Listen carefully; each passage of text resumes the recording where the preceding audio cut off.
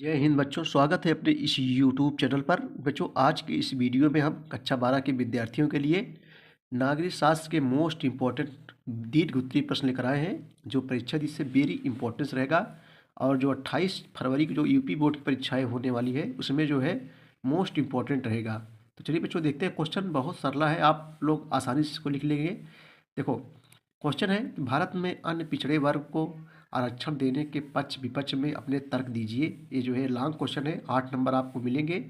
देखिए बच्चों, अन्य पिछड़ा वर्ग जिसको हम लोग ओबीसी कहते हैं, इनको आरक्षण संबंधी इसमें प्रावधान किया गया है, किस प्रकार से इनको आरक्षण दिया गया पिछड़े वर्गों को, जिसको अदर बैकवर्ड कास्ट भी कहते हैं। देखो बच्चों, आरक्षण भी होता है, छूट होता है। जैसे एससी, एसटी, ओबीसी, इन सबको जो है नौकरियों में, शिक्षा संस्थानों में, जो है अन्य सभी संस्थानों में जो है छूट का प्रावधान किया गया है, वही आरक्षण, जिसको कहते हैं आरक्षण। तो आइए इसका उत्तर देखते हैं हम लोग।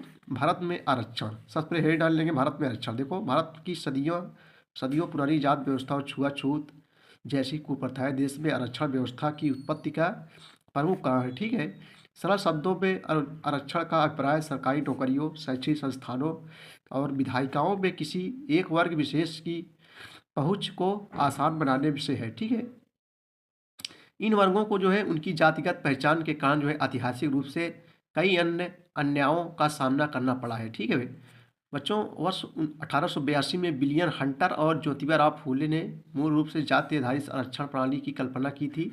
आरक्षण की मौजूदा प्रणाली को सही मायने में वर्ष 1933 में पेश किया गया था, जब तत्कालीन ब्रिटिश प्रधानमंत्री रैमसे मैकडोनाल्ड ने सांप्रदायिक अधिनिर्णय दिया।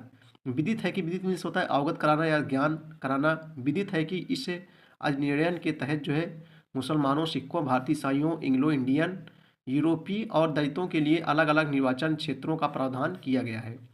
स्वतंत्रता के बाद बच्चों शुरू में आरक्षण की व्यवस्था केवल एससी और एसटी समुदाय के लिए, एसटी एसटी आप लोग जानते होंगे बच्चों, एससी और एसटी समुदाय के लिए की गई थी। जनता दल सरकार ने वर्ष 1989 में मंडल आयोग की अनुशंसा के अनुरूप जो है पिछड़ी जातियों, जिसको ओबीसी कहते हैं, पिछड़ी जातियों को नौकरियों में आरक्षण देने का फैसला जो है किया था। मंडल आयोग की सिफारिश पर बच्चों 1991 ईस्वी में ओबीसी यानी अन्य पिछड़ा वर्ग को भी जो है आरक्षण के दायरे में शामिल किया गया, यानी छूट के दायरे में शामिल किया गया। आरक्षण के पक्ष में जो है तर्क, देखो आरक्षण को जो है एक प्रकार से जो है सकारात्मक भेदभाव के रूप में देखा जाता है। सकारात्मक भेदभाव एक सरकारी नीति होती है बच्चों, जिसे कमजोर वर्गों के मध्य समानता को बढ़ावा देने के उद्देश्य से जो है अपनाया जाता है, ताकि उन्हें सामाजिक अन्याय से सुरक्षा प्रदान की जा सके। ठीक है, समानता इसका अर्थ रोजगार और शिक्षा तक जो है पहुंच में समाज के होशिये के वर्गों को जो है प्राथमिकता देने से होता है। होशिये माने होता है बच्चों अंतिम छोर। ठीक है, आरक्षण योजनाओं से शिक्षा की गुणवत्ता में कमी आई है, लेकिन विकास करने में और विश्व के प्रमुख उद्योगों में शीर्ष पदों पर आसीन होने में जो है अगर सबको नहीं भी तो कमजोर अथवा कम प्रतिनिधित्व वाले समुदायों के अनेक लोगों को सकारात्मक कार्रवाई से मदद मिली है। शिक्षा के क्षेत्र में आरक्षण एकमात्र समाधान नहीं है, यह सिर्फ कई समाधानों में से एक है।